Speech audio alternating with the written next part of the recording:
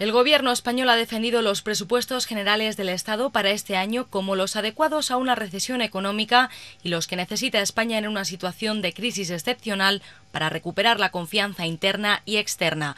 El ministro de Hacienda, Cristóbal Montoro, ha sido el encargado de presentar las cuentas de este ejercicio ante el Pleno del Congreso de los Diputados, que hoy ha debatido las 10 enmiendas a la totalidad presentadas por los grupos políticos antes de la votación mañana.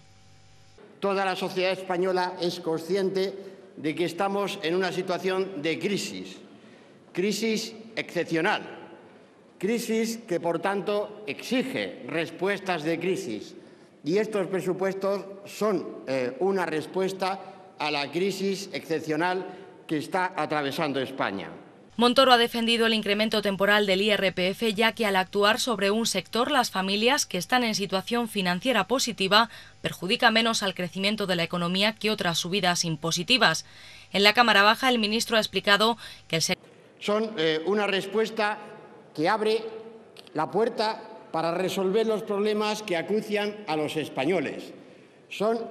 Pretenden ser un instrumento eficaz de lucha contra la crisis económica, señorías. Lo hacemos en un tiempo extraordinario. No son estos los tiempos, no son el mes de abril, los tiempos en los que tiene lugar un debate de totalidad de los presupuestos generales del Estado. Lo hacemos como resultado de unas elecciones generales y lo hace un nuevo gobierno. Un gobierno que siente el respaldo mayoritario de la sociedad. Un gobierno que sabe lo que tiene que hacer para resolver los problemas de la crisis que estamos atravesando, señoría. El titular de Hacienda ha recalcado que frente a tantas afirmaciones que se hacen, con tanta falta de precisión, hoy tienen un saldo positivo equivalente a 5 puntos del Producto Interior Bruto. Es decir, su posición financiera no recaba nuevos recursos frente al resto del mundo. La portavoz del PSOE en el Congreso, Soraya Rodríguez, ha asegurado que los presupuestos para 2012 son ineficientes y ahogan el crecimiento económico, al tiempo que ha criticado que el ministro de Hacienda, Cristóbal Montoro, ha hecho una defensa decepcionante de las cuentas para este ejercicio. Ha sido el ministro Montoro el que ha hecho una defensa de las cuentas públicas claramente decepcionante. Tengo que decirles que la mayor parte de la intervención ha estado mirando para atrás, ha estado explicando cómo la responsabilidad de unos malísimos presupuestos la tenía el Gobierno anterior. Rodríguez ha asegurado que son unos presupuestos no creíbles ni por el lado del gasto ni de los ingresos, al tiempo que ha criticado que el ministro se haya referido constantemente al anterior Gobierno socialista.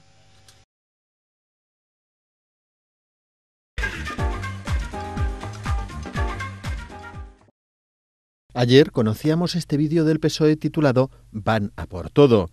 Y la respuesta del PP no se ha hecho esperar. Es este vídeo. Bajo el epígrafe de «No han dejado nada», los populares señalan que el gobierno de Mariano Rajoy no toma medidas por capricho, sino por la situación que ha heredado del Ejecutivo socialista. Sin embargo, desde el PSOE insisten en sus críticas a los recortes en sanidad y educación. Hoy, el líder de la oposición, Alfredo Pérez Rubalcaba, ha definido al Gobierno como un equipo de demolición descoordinado y ha advertido al Partido Popular que controlar Radio Televisión Española no cambiará la verdad de los recortes.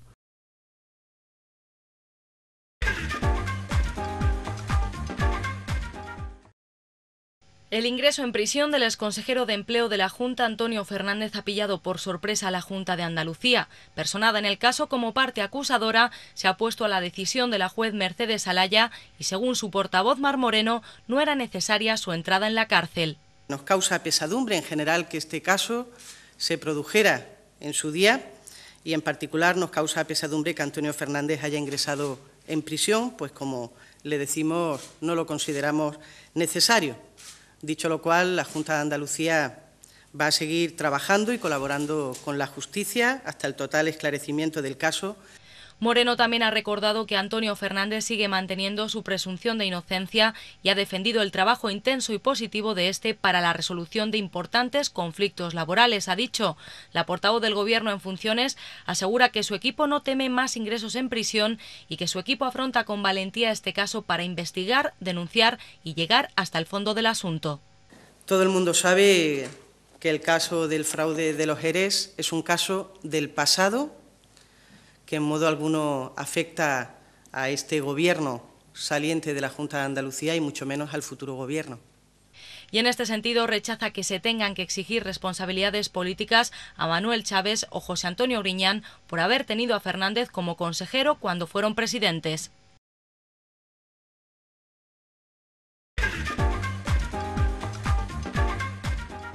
El número 2 de los populares considera que las declaraciones del exconsejero de Empleo ante la juez Mercedes Alaya suponen un antes y un después en el caso, que ya no se trata de un asunto que se produjera en el ámbito de un único alto cargo. Convierte al propio Gobierno andaluz y a Chaves y a Griñán en los diseñadores y, por tanto, en los creadores de un sistema presuntamente ilícito, porque ya no son consentidores. Según ha dicho el señor Fernández, se trataba también de haber creado un sistema presuntamente ilegal. En esta línea, Sanz destaca también la existencia de una rama más del caso que implicaría las consejerías de Innovación y de Economía y el que fuera consejero de Presidencia Gaspar Zarrías. Por eso el secretario general del PP andaluz pide al expresidente Chaves y a José Antonio Griñán que den explicaciones de forma urgente. Sanz también se ha referido al acuerdo entre Izquierda Unida y PSOE para hacerse con el gobierno de la Junta. Lo califica de humo y considera que es la antítesis del cambio que necesita Andalucía para salir de la crisis. Izquierda Unida lo que ha hecho es una renuncia constante a sus propósitos, a sus principios y a sus programas, a cambio de coger varios sillones, que ya vemos que hay una oferta subasta, a ver qué tipo de sillones es el que termina cogiendo. Asegura que ambas formaciones pretenden aplicar las mismas políticas y los mismos modelos económicos que ya han fracasado anteriormente.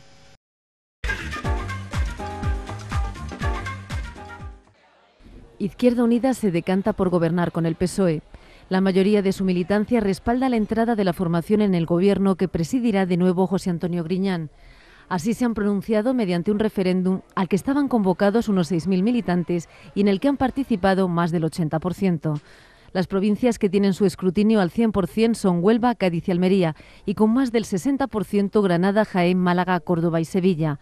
La papeleta de voto incluía 2 preguntas. La primera, referida al apoyo a un acuerdo programático con el PSOE, y la segunda, proclive a la participación de Izquierda Unida en un gobierno de coalición con los socialistas.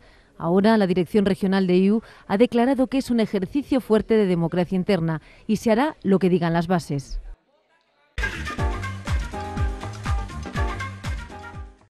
Carlos Rojas lamenta que el Partido Popular vaya a estar en la oposición a pesar de haber ganado las elecciones y que hayan sido los militantes de Izquierda Unida los que hayan decidido el futuro de la legislatura que acaba de comenzar. 4.000 personas han decidido ayer por la tarde el futuro de 8 millones de andaluces. Cuando la mayoría de los andaluces han pedido cambio, Izquierda Unida va a cargar con una pesada mochila de 30 años de abusos del Partido Socialista y con un pesadísimo equipaje de fraude y abusos en el caso de los ERES. Carlos Rojas defiende que este pacto va a suponer un retroceso para Andalucía y recuerda las consecuencias que este tipo de coaliciones ha tenido en ciudades como Sevilla, Córdoba o Jaén. Asimismo, asegura que con un gobierno de 2 partidos la burocracia será aún mayor, que primero tendrán que ponerse de acuerdo para tomar decisiones. Sobre la encarcelación del exconsejero de Empleo, Antonio Fernández, Rojas dice que el silencio de Griñán es clamoroso y pide su comparecencia urgente.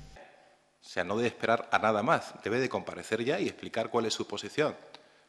Porque, sin duda, el fraude de los ERES está en la antesala del despacho de Griñán. Responde a la consejera de Presidencia en funciones, Mar Moreno, y recuerda que este caso no es del pasado y que no se puede cerrar ahora.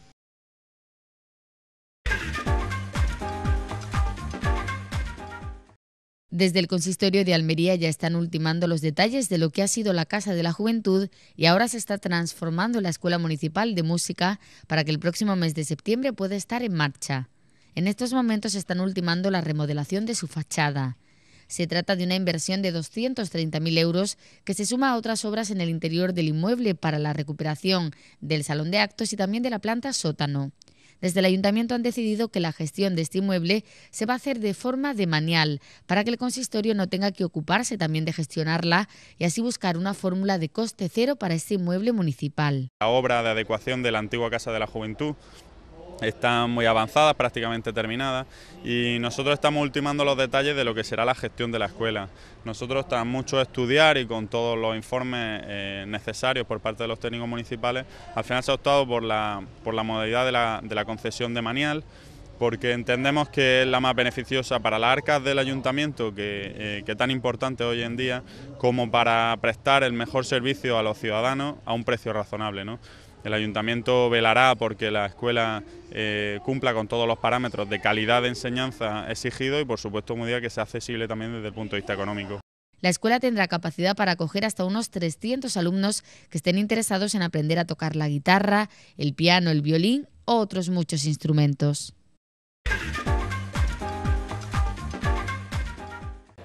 Navantia ha entregado hoy a Venezuela el patrullero oceánico de vigilancia de la zona económica exclusiva Cariña, el séptimo y último buque de un contrato de 8 que se ha construido en el astillero de Puerto Real, en Cádiz, con lo que se cumple el compromiso con la Armada venezolana. La entrega de este buque es fruto del acuerdo de cooperación firmado entre los gobiernos de España y Venezuela el 30 de marzo de 2005 y ha supuesto más de 5 millones de horas de trabajo y la revitalización de los puertos de Cádiz durante este periodo. El embajador de Venezuela en España, Bernardo Álvarez, explica la importancia del acuerdo. Los acuerdos que firmó Venezuela en el 2005, vamos a pasar a darles la información, abren muchísimas posibilidades, porque no solo la construcción de los buques, sino la cooperación para trabajar en los astilleros, la cooperación científica y tecnológica, la cooperación en el área oceanográfica, hidrológica. El nuevo patrullero que se ha entregado hoy cuenta con una gran diversidad de equipos y tecnologías asociadas, así como con los medios necesarios para garantizar y preservar tanto la autoridad marítima en el mar como la seguridad de la vida en la misma.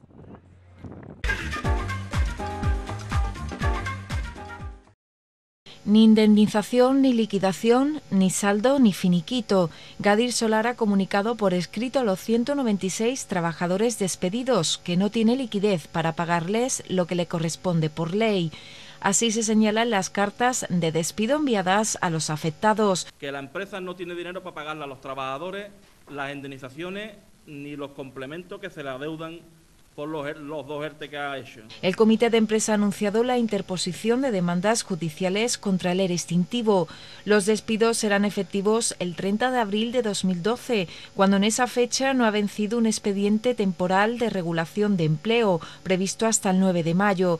La situación, explica a los representantes de los trabajadores, es que el verano pasado se negoció un ERTE y sin dar tiempo a que éste concluyera, la empresa presentó un ERE con 196 despidos, aprovechando la nueva reforma laboral. Y lo que pedimos es que desde las administraciones se investigue toda esta situación. Esto no puede hacer que una empresa, ya tenemos suficiente con lo que pasó con el señor Ubiñas, y no puede ser que se repita la historia. Con la legislación anterior, el ERE tendría que haber sido autorizado por los órganos competentes de trabajo de la Junta de Andalucía. Después de la reforma laboral no se requiere autorización. De esta forma, donde el sentido común sugiere que no se hubiera permitido el ERE, al menos hasta que venciera el ERTE, ahora sí es posible.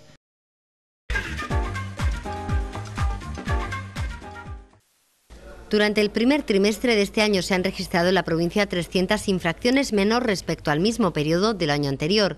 Esto significa que el índice de la delincuencia en Almería ha bajado de forma notable, registrándose durante este periodo 3.115 actos entre delitos y faltas, mientras que en el año pasado se produjeron 3.419.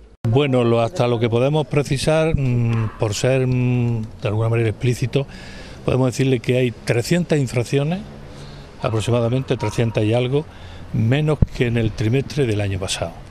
Y en concreto, si se refieren a delitos en concreto, un poco más de 200 delitos menos en 3 meses. Esto ya de por sí tiene un valor positivo, pero aún es más positivo si lo comparamos con el año pasado, que también fue excelente en relación con el año anterior. Por su parte, el subdelegado de Gobierno, Andrés García Lorca, ha destacado que a pesar de la crisis, el trabajo de la Policía Nacional es impecable y considera que la confianza que los ciudadanos tienen en los agentes es plena. También se ha referido a las futuras necesidades de este cuerpo. A pesar de la crisis, insisto, se están cumpliendo muy bien y muy por encima de los objetivos. Otra cosa es que sea necesario mejorar infraestructuras, mejorar servicios, pues que es necesario, la sociedad avanza. Piense, por ejemplo, pues en este cuartel que está desde el año 50 y que lógicamente yo creo que necesita ya alguna remodelación, algún cambio, alguna adaptación que es necesario hacer, ¿no? Incluso pues ampliar también el ámbito de actuación de la Policía Nacional a núcleos que por ley le corresponde, ¿no? Ya eso más adelante pues habrá alguna declaración política en este sentido. Además, desde el Cuerpo Nacional de Policía de Almería insisten en que se sigue trabajando en la lucha de los dos principales delitos que históricamente han destacado en la provincia, como la lucha contra la trata de mujeres y el tráfico de drogas.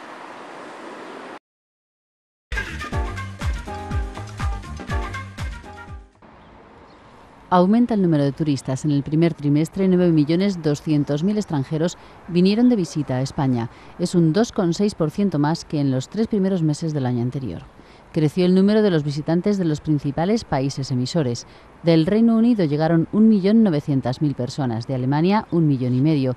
1.300.000 franceses entraron en España en ese periodo y 1 millón de los países nórdicos. Solo bajó el número de turistas portugueses, irlandeses y belgas.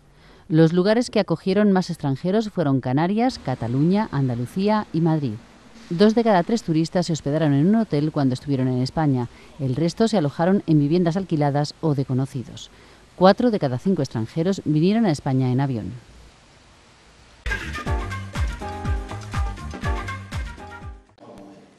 Los científicos, ingenieros e incluso astronautas del futuro pueden estar sentados en este anfiteatro del Parque de las Ciencias de Granada. Este espacio acoge hoy, junto a otros 3 museos de ciencia europeos, unas jornadas dirigidas a los estudiantes y orientadas a fomentar las vocaciones científicas y tecnológicas en un momento en el que se hace especialmente necesaria la inversión en innovación. Así lo ha manifestado el director de Exploración Científica de la Agencia Estatal Europea, Ángel Jiménez. Queremos tener entre la juventud los ingenieros, los científicos, seguramente los astronautas del futuro. Y para eso, en la Agencia Espacial Europea, lo que queremos es ampliar, mantener las actividades de comunicación con la sociedad, que al final es la que nos mantiene en estos retos de la investigación espacial. Estas actividades, denominadas Lleva tu clase al espacio, pretenden fomentar que la juventud se anime por entrar en estudios y trabajos de ingeniería. Por ello, incluyen una conexión en directo con la Estación Espacial Internacional para que el astronauta André Kuipers responda en directo a las preguntas de más de 400 alumnos de 12 centros educativos de Andalucía. La actividad es frenética en el recinto de la Feria de Abril de Sevilla. Todos se afanan en ultimar los detalles de las 1.048 casetas familiares, de empresas, asociaciones y particulares que desde la medianoche del lunes vivirán la 165 edición de estas fiestas de primavera. La crisis marcará también este año la feria sevillana, lo que ha motivado que por primera vez el ayuntamiento suspenda las tradicionales recepciones en su caseta principal. El delegado de Fiestas Mayores, Gregorio Serrano, ha justificado esta anulación.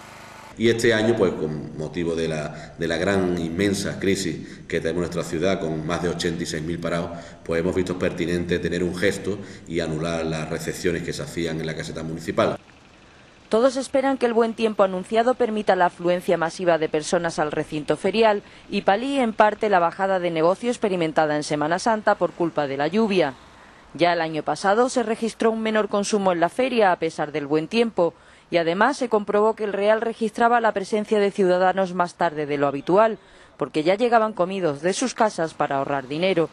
Como las circunstancias económicas no han cambiado desde el año pasado e incluso han empeorado, se prevé que en esta feria sean más habituales las sevillanas de la crisis, creadas en 2010.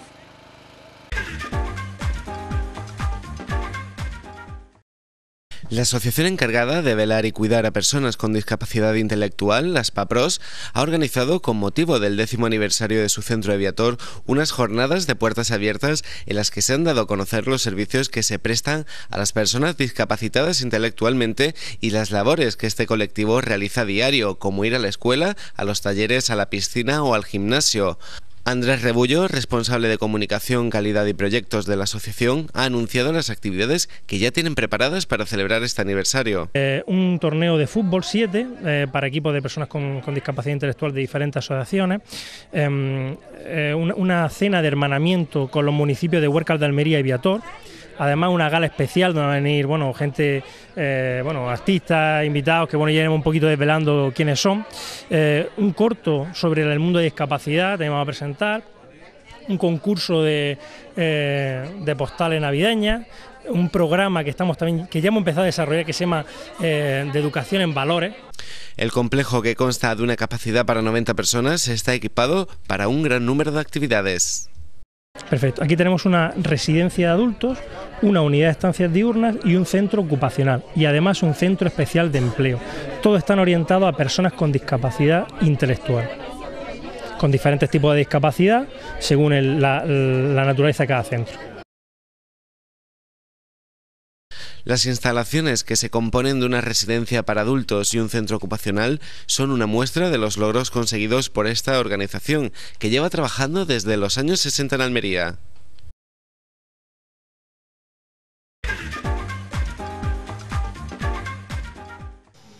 El Salón de Plenos Municipal acogió este fin de semana la entrega de los premios provinciales de la Olimpiada Matemática Tales, una competición educativa que en esta su 28ª edición se ha venido desarrollando en los últimos días con la participación de 300 alumnos de distintos centros gaditanos. En las dos pruebas celebradas, los participantes debían demostrar sus capacidades matemáticas a la hora de resolver los 6 problemas planteados. Finalmente, en esta fase provincial han sido galardonados 21 alumnos, siendo los 6 mejores seleccionados para la siguiente fase regional. Enhorabuena a los 21 seleccionados y a los 21 participantes que dentro de esos 300 totales habéis sido seleccionados y vuestras notas o vuestras puntuaciones han sido las mejores. Sin duda, pensar siempre que habéis sido, que estáis hechos unos campeones y que estamos todos, vuestros padres, por supuesto la Asociación Tales también, muy orgullosos de ese trabajo que habéis hecho. La siguiente fase de esta Olimpiada se disputará el mes que viene también en Cádiz, en el marco de los reconocimientos con la ciudad, en la conmemoración del Bicentenario.